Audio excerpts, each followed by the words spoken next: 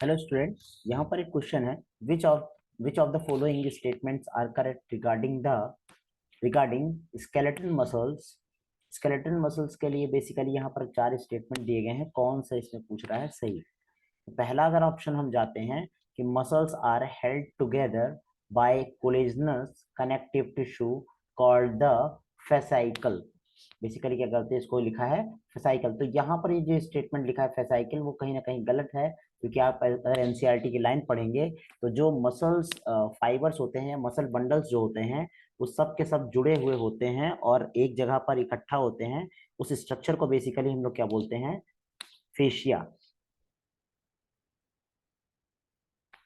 Fascia क्या बोलते हैं, फेशिया बोलते हैं। इसलिए यहाँ पर पहला स्टेटमेंट जो है वो गलत हो जाएगा। जब हम बात करते हैं जो स्केलेटन मसल्स होता है हमारे बॉडी में, is made up of number of muscle bundle. किसका बना होता है, मसल बंडल का। तब हम उसको बोलते हैं क्या, मसल बंडल्स बोलते हैं, सॉरी, और वेसिकल्स बोलते हैं। इसलिए पहला स्टेटमेंट यहाँ पर गलत हो गया है। दूसरा स्टेटमेंट यहाँ पर लिखता है sarcoplasmic reticulum of muscle fibre is a store house of calcium. तो दूसरा पॉइंट जो है यहाँ पर, वो बिल्कुल ही यहाँ पर सही है, स्टेटमेंट सही है। क्योंकि जो सार्कोप्लाज्मिक रेटिकुलम होता है वो बेसिकली मसल का वो फाइबर होता है, is a store house of calcium. Calcium ion basically और वहां पर प्रेजेंट होते हैं। तीसरा लिखा है stated appearance of skeleton muscle fibre is due to the distribution pattern of actin and myosin protein. ये भी आपका स्टेटमेंट यहाँ से बिल्कुल सही है, क्योंकि जो स्टेटेड अपीयरेंस होता है स्केलेटल मसल फाइबर्स का, वो बेसिकली किसके डिस्ट्रीब्यूशन से होता है, एक्टिन और मायोसिन के डिस्ट्रीब्यूशन से होता है, जो कि बेसिकली एक्टिन प्रोटीन और मायोसिन प्रोटीन के नाम से जानी जाती हैं। M line is considered as a functional unit of contraction called the sarcomere. यहाँ पर एम लाइन नहीं होगा, यहाँ पर बेसिकली आपका होगा जेड लाइन। कौन सा लाइन होगा, Z line is considered as a functional unit of contraction called the sarcomere. इसलिए आपका जो ऑप्शन होना चाहिए वो बेसिकली यहाँ पर देखने को मिल रहा है,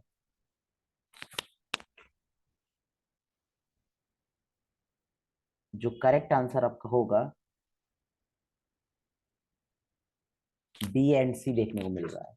कौन सा, बी एंड सी। तो हम लोग यहाँ पर जो करेक्ट आंसर लगाएंगे वो होगा हमारा बी एंड सी ओनली, क्योंकि ये दोनों स्टेटमेंट जो है आपके गलत हैं। अब थोड़ा सा हम डायग्राम देख लेते हैं कि बेसिकली फैशिया का डायग्राम किस तरह से होता है।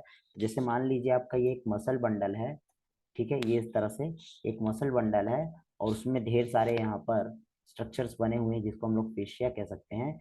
इसी में बेसिकली मसल बंडल जो है इस तरह से होता है, देखने को मिलेगा आपका इस तरह से। और अगर हम इनको एक बंडल को बाहर निकाल के स्टडी करें तो इस तरह से देखने को मिलेंगे, इस तरह से बंडल के फॉर्म में देखने को मिलते हैं। इनको हम लोग बोलते हैं बेसिकली मसल फाइबर्स बोलते हैं, इनको बोलते हैं मसल फाइबर्स। क्या बोलते हैं इनको, मसल फाइबर्स, मसल फाइबर्स। और इसे बोलते हैं फेशिया, इसे बोलते हैं हम लोग फेशिया बोलते हैं। तो इस तरह से बेसिकली ये प्रेजेंट होता है, जो हमारे मसल्स को स्ट्रेंथन करता है।